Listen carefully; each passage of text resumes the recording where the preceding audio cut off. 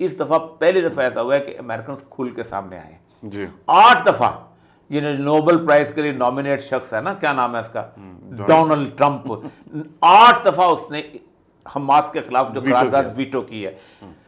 اسرائیل شکست کھانے لگا تھا, اس نے B-52 بامبرز کے ذریعے. اب B-52 بامبرز کہاں سے اڑ کے آتے ہیں پتہ ہے آپ کو؟ جی جی, یہ مزوری سے سر, امریکہ سے نہیں, امریکہ ایک اڈا ہے انڈیا سے نیچے. میں نقشہ در نکال کر, ڈیگو گارشیا. جی ڈیگو گارشیا. ڈیگو گارشیا ایک بہت چھوٹا سا جزیرہ ہے, وہاں لوکل پاپولیشن رہتی تھی.